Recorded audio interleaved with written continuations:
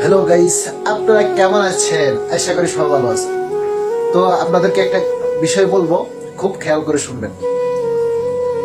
একজন ভাই দীর্ঘদিন এক মাদ্রাসায় চাকরি করে, অথবা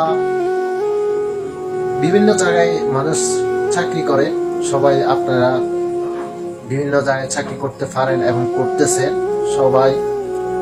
আসলে উদ্দেশ্যটা কি, সবাই কেন চাকরি ছেড়ে দেয়? কেউ কেউ আছে দীর্ঘদিন যাবৎ চাকরি করে, বিভিন্ন জায়গায় বিভিন্ন সেক্টরে চাকরি করে। আমার উদ্দেশ্য হলো কেন চাকরি ছেড়ে দেয়।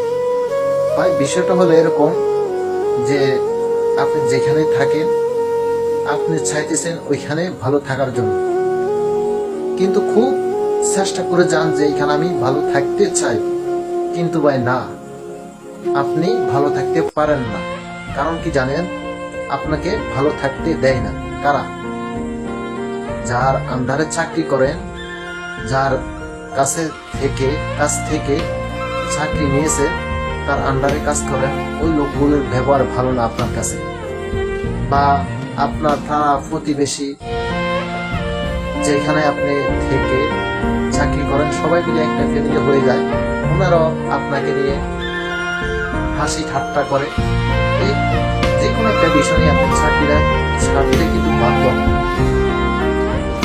মূল কারণ হলো এটাই, আপনার মনে যদি কেউ আঘাত দেয়, তার সাথে আপনি ঠিকমতো কথা বলতে বলবেন না।